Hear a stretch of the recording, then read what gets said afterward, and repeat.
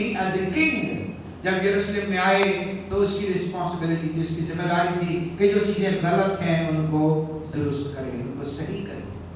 اور very next day اگر آپ لوکا کی انجیل پڑھیں، مرکز کی انجیل کے اندر بھی آپ پڑھیں تو خداوند یسوع مسیح شام کو بیتنیہ واپس چلا گیا، لیکن اگلے دن آیا اور ہیکل میں گیا اور ہیکل کو صاف کیا، کیونکہ دیکھا کہ اس شہر یروشلم کے اندر مجھے بادشاہ تو کہا گیا لیکن میری مرضی پوری نہیں کی گئی.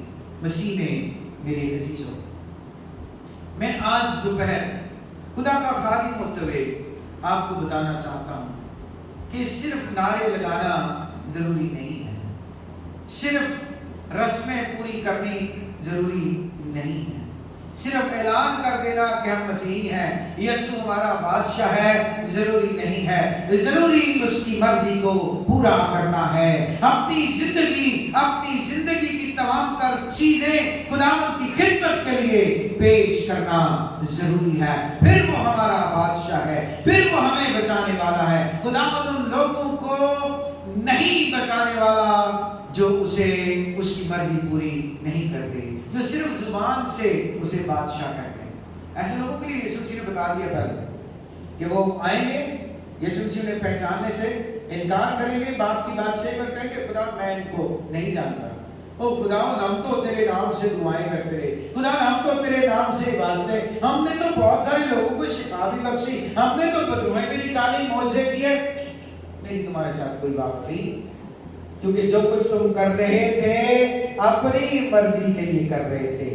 تمہاری منسٹریز، تمہاری خدمات، تمہارے چرچ، تمہاری بلڈنگ تمہاری تھی، میرے لیے کچھ نہیں تھا. ان تمام چیزوں سے اگر کوئی فائدہ پہنچ رہا تھا تو تمہیں پہنچ رہا تھا، نہ مجھے اور نہ میری کلیسیا کو کوئی فائدہ نہیں پہنچ رہا تھا. آج ہمیں یہ سوچنے کی ضرورت ہے، اگر خداوند یسوع مسیح میرا بادشاہ ہے، اگر خداوند یسوع مسیح ہمارا بادشاہ ہے، اگر ہم اس سے دعا کرتے ہیں ہمیں بچا، اگر ہم اسے کہتے ہیں کہ ہوشنا تو مبارک ہے، تو خداوند کے نام سے آیا ہے، تو پھر کیا ہم دل سے اسے قبول کرتے ہیں یا اپنے فائدے کے لیے قبول کرتے ہیں؟ کبھی کبھی لوگ فائدہ پہلے اور خدا کی مرضی کو بعد میں رکھتے ہیں.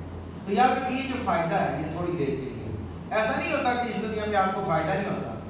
بہت بڑے بڑے ادارے ہیں، بہت بڑے بڑے نام ہیں اس دنیا کے اندر، جو یسوع مسیح کا نام لے کر، جو بائبل لے کر بہت فائدہ حاصل کر رہے ہیں. ہو رہا ہے یا نہیں، میں کسی کا نام نہیں لینا چاہتا، لیکن آپ اپنے ارد گرد دیکھیں، لوگ بائبل کا نام لے کر، لوگ یسوع مسیح کا نام لے کر بہت سا فائدہ حاصل کر رہے ہیں، لیکن وہ فائدہ ان کی اپنی خواہشات کو پورا کرنے کے لیے، ان کی زندگی کی آسائشیں پیدا کرنے کے لیے، ان کی اپنے گھروں خاندانوں کو خوبصورت بنانے کے لیے، انہیں اوپر تک پہنچانے کے لیے. لیکن جب یسوع مسیح اپنے جلال میں آئیں گے تو he will never recognize them، وہ کبھی انہیں نہیں پہچانے گا. میں نے تمہیں جانتا، تم کون، بے شک تم نے معجزے تم نے نہیں کیے. لوگ اپنے ایمان سے، میں کبھی کبھی لوگ مجھ سے سوال پوچھتے ہیں پادری صاحب اگر وہ خدا ہم سے خوش نہیں ہے تو لوگ شفا کیسے پاتے ہیں؟